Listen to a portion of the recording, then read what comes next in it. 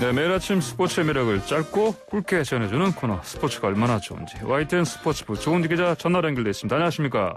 안녕하세요. 네. 새해에도 코로나19 계속되면서 라디오 스튜디오에도 못 나가고 사무실 근무도 저희 번갈아 가면서 소수만 하고 있거든요. 근데 어제 모처럼 현장 취재권이 있었습니다. 어디 가셨어요? 참 춥지만 싱그러웠던 축구장이었는데 어디? FC 서울의 새해 첫 훈련이 있었던 구리 챔피언스파크에 다녀왔습니다. 홍구장이 이쪽 상암동인데 그 훈련장은 구리 챔피언스파크. 구리에 있죠. 네. 그렇죠. 네. 그러면 거기 왜 가셨어요? K리그 팀들이 벌써 시즌 준비에 돌입을 했습니다. 예. 대부분 팀들이 이번 주 늦어도 다음 주에 비시즌 동계 훈련 시작하더라고요. FC 서울은 저희 회사 옆에 있기도 하지만 네. 전통의 명가입니다. 근데 2016년 우승 이후에 하락세고요. 지난해에는 특히 강등 걱정했을 정도로 곤두박질 쳤습니다. 아니, 결국 기성윤 선수도 돌아왔고. 그러게요. 이게 근데 많이 못 뛰었습니다. 기성윤 선수가. 그 얘기도 그렇죠? 뒤에 준비가 되어 있는데. 그렇군요. 네. 네. 어쨌든 결국 작년 7월에 성적 부진으로 최용수 감독이 물러났고 이후에 감독 대행만 3명을 거치는 총국 끝에 올해 박진섭 신입 감독을 모셨습니다. 둘리. 박진섭 선수 아세요? 네, 둘리. 네, 저한테도 둘리라는 별명으로 익숙한데 네. 국가대표팀에서 활약했던 수비수죠. 광주FC 사령탑으로 2부 리그에서 승격을 읽었고 1부 첫 해였던 지난 시즌에는 광주를 사상 처음 상위 그룹에 올렸고 6위까지 올려놓은 감독입니다. 이제 어제 실내에서는 인터뷰 길게 못했고요. 야외에서 스탠딩으로 했는데 네. 서울은 우승권에서 전북과 울산의 강력한 라이벌이 돼야 한다. 선전포고를 했고요. 선수 영입에 공을 들이고 있는 눈치였는데 조만간 계약 소식도 있을 것 같습니다. 이른바 양박쌍용으로 2010년 남아공 월드컵을 풍미했던 박주영, 기성용 선수 내년에도 서울에서 뜁니다. 예. 자, 그러면 네. 기성용 선수 아까 방금 얘기 꺼냈는데 이제 원래 옛날에 쌍용이라고 해서 이청용 선수랑 같이 뛰게 됐었고. 그렇죠. 네. 정말 그때 활약 저는 지금도 기억이 나는데 그 경기 이제 저도 그 당시 옛날에 축구단 나올 때. 네. 올해 활약 저는 기대할 수밖에 없습니다. 개인적으로도. 네, 본인도 많이 기대를 하는 것 같아요. 사실 지난해 이제 10년 만에 친정팀 서울에 온다 하면서 팬들도 그렇고 본인도 기대가 정말 컸거든요. 근데 스페인에서 뛸 때부터 속썩였던 발목 상태가 계속 좋지가 않고 어제도 본인이 말하길 코로나 때문에 이제 치료도 제대로 못 받았다 이런 말도 하더라고요. 예. 네, 복귀전 이후에도 근육 부상이 이어지면서 작년에 K리그 딱 5경기 뛰었습니다. 팀 성적도 하위권이어서 이래저래 힘든 시즌이었는데 올해는 좀 다를 것 같아요. 어제 말하기를 올 시즌은 100%로 나설 수 있다. 다른 선수들은 휴가 다녀올 동안 나는 재활에만 매진을 해서 완벽하게 2달간 치료를 받았다. 이런 말을 했거든요. 새 감독과 좋은 축구 보여주는 게 의무다. 이런 얘기를 했습니다.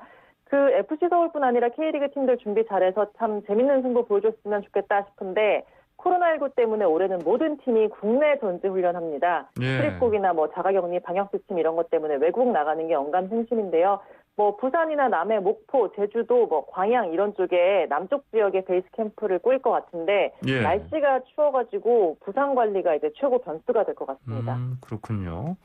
자, 그러면 지금 우리 스포츠 올림픽도 도쿄에서 열리냐 마냐 지금 걱정이 큰데 근데 왜 국내 또 프로 축구 말고요. 프로 배구. 네. 여기도 지금 확진자가 나오면서 좀 경기가 뒤숭숭했죠? 네, 사실 주말 경기를 못 했어요.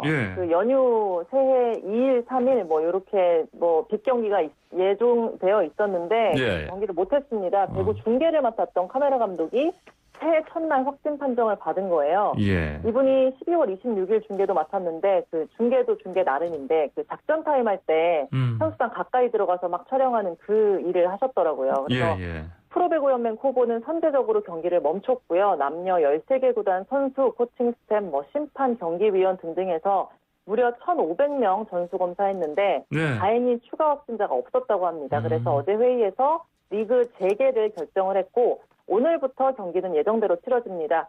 배구는 사실 지난 시즌에도 코로나 때문에 사상 초유의 리그 조기 종료했었거든요. 올해도 무관중으로 방역 지침 지키면서 하고 있다지만 참 위태롭게 담벼락을 걷는 기분입니다. 자, 그럼 이제 해외 축구 소식. 자, 날강두 호날두. 네. 예. 호날두가 뭐 무슨 펠레를 넘어섰다는 얘기가 들리네요. 뭡니까? 네. 뭐 날강도 참 방송 용어인지 모르겠지만 우리나라에서는 안티팬이 좀 많아지긴 했는데요. 실력은 참 꾸준한 것 같습니다. 유벤투스에서 뛰는 호날두 선수 어제 새해 첫 경기에서 2골의 도움 하나를 기록했습니다. 이탈리아 세리에 A 14골로 득점 단독 선두에 올랐고요.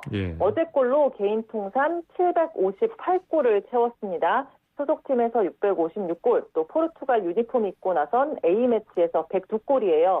축구 왕대 펠레의 757골을 넘어선 역대 최다골 2위 기록인데 외신들은 뭐 호날두가 펠레를 넘어섰다 이렇게 보도를 했어요. 근데 사실 피파 보면 펠레가 통산 1281골 넣었다 이렇게 소개를 하고 있거든요.